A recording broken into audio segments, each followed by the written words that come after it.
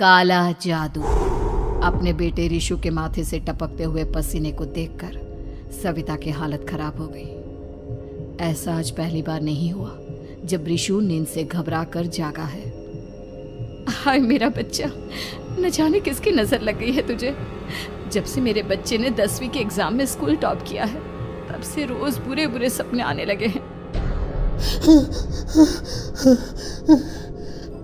हाँ माँ, मैंने आज फिर से एक काले साए को देखा। वो यहीं मेरी आंखों के सामने खड़ा था।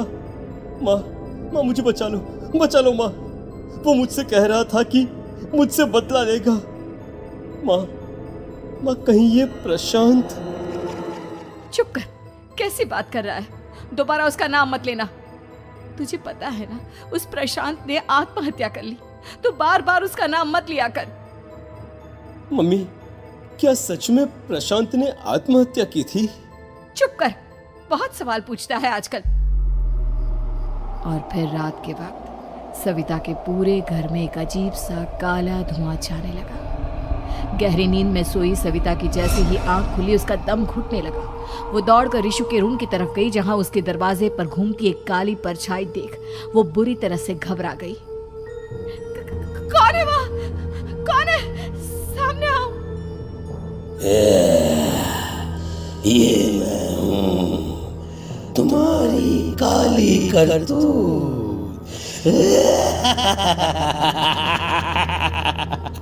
और अब मैं तुम्हारे बेटे को ले जाने आया हूँ। नहीं, मेरे बच्चे को छोड़ दो प्लीज। मेरे रिशु को कुछ मत करना। वो परछाई रिशु के कमरे में घुस जाती है। सविता भी उसके पीछे पीछे दौड़ कर जाती है और देखती है कि अब वो साया साफ नजर आ रहा था। वो सर से पैर तक खून में सना हुआ था और उसके शरीर के सारे अंग कटे फटे हैं। क्या चाहिए तुम्हें? तुम जो बोलोगे मैं करूंगी, लेकिन मेरे रिशु को छोड़ दो। उस परछाई ने रिशु को गर्दन से पकड़कर दीवार के सहारे हवा में उछाल दिया। रिशु जोर जोर से चिल्लाने लगा।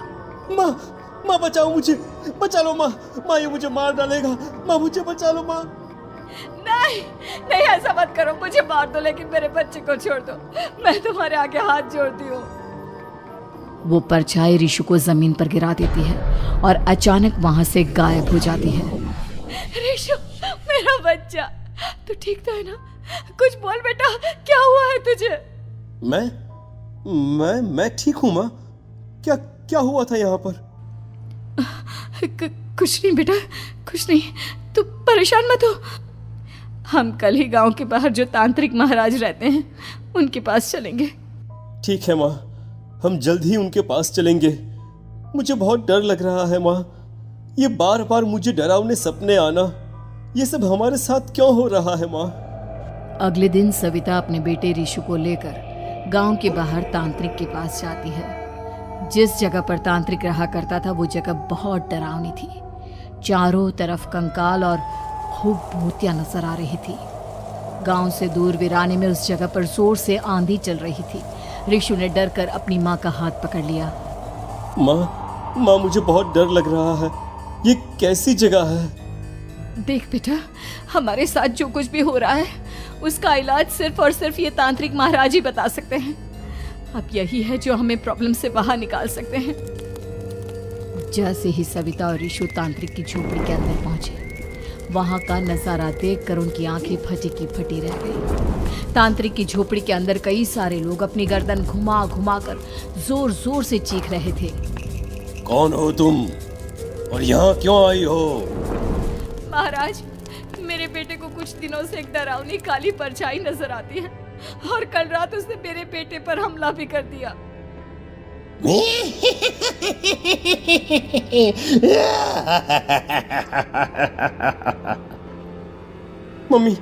मम्मी हमें यहाँ से चलना चाहिए।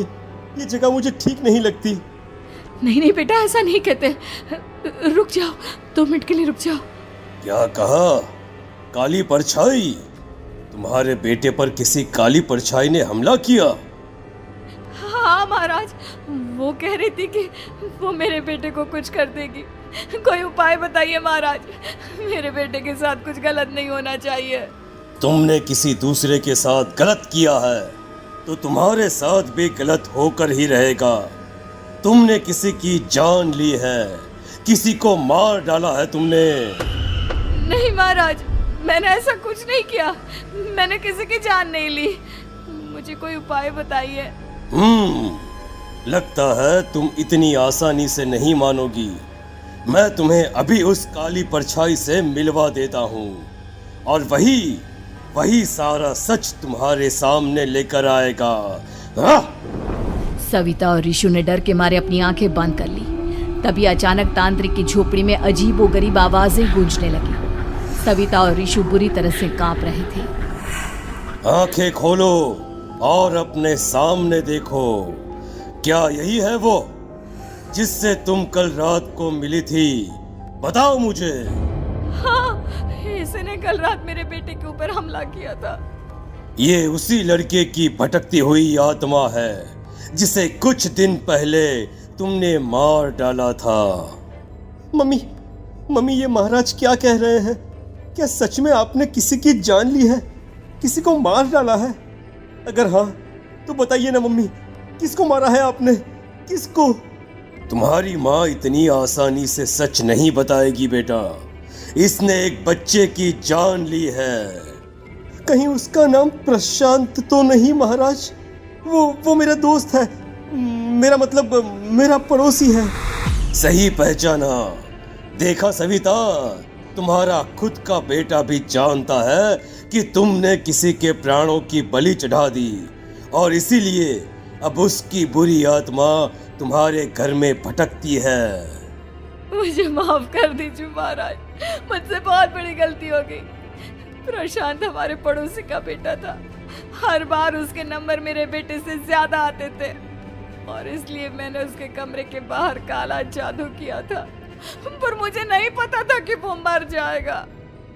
तुम्हारे उसी काले जादू वाली गुड़िया के अंदर एक बुरी आत्मा थी जिसने उस बच्चे के दिमाग पर बुरा असर कर दिया और उसी की वजह से उस लड़के ने अपनी बालकनी से कूदकर आत्महत्या कर ली। इसकी वजह सिर्फ और सिर्फ तुम हो, तुम। नहीं महाराज, जो कुछ भी हुआ मुझे नहीं पता था कि प्रशांत अपनी जान दे देगा। प्रशांत की आत्मा इस वक्त तुम्हारे सामने खड़ी है, हमसे बात करना चाहती है। बोलो क्या कहना चाहते हो?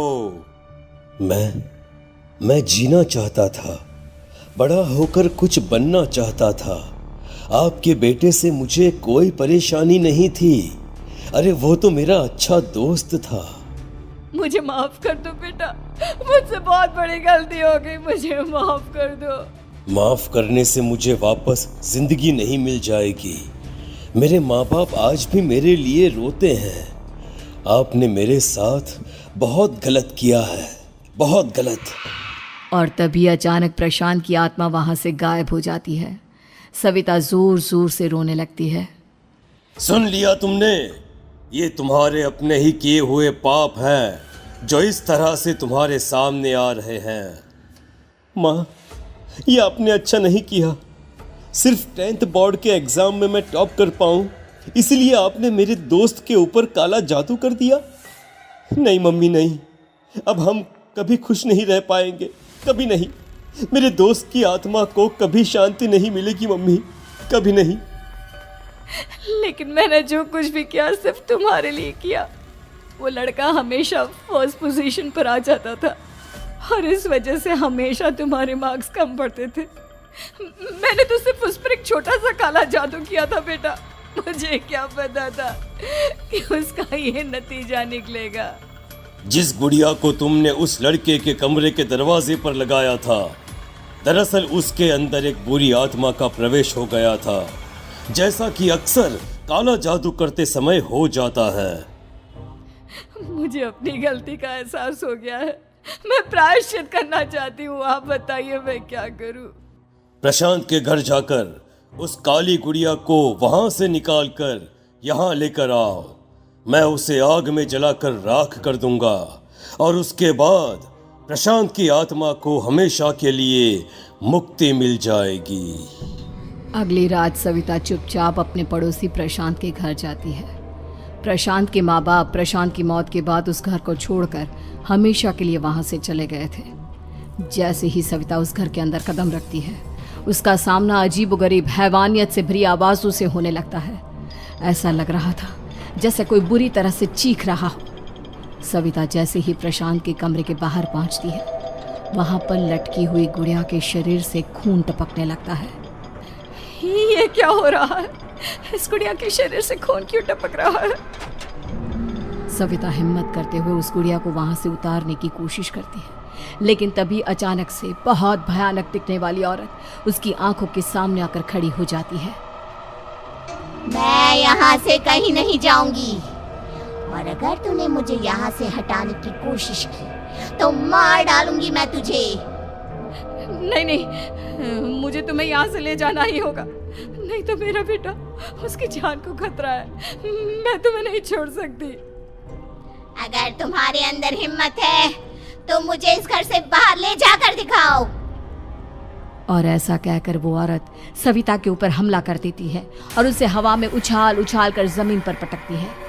लेकिन तभी अचानक मौका देखकर सविता अपने हाथ में ली हुई सुई उसके हाथ में चुभो देती है। हाथ में सुई लगते ही वो औरत जमीन पर तड़पने लगती है। ये क्या किया तूने? ये क्या कर दिया?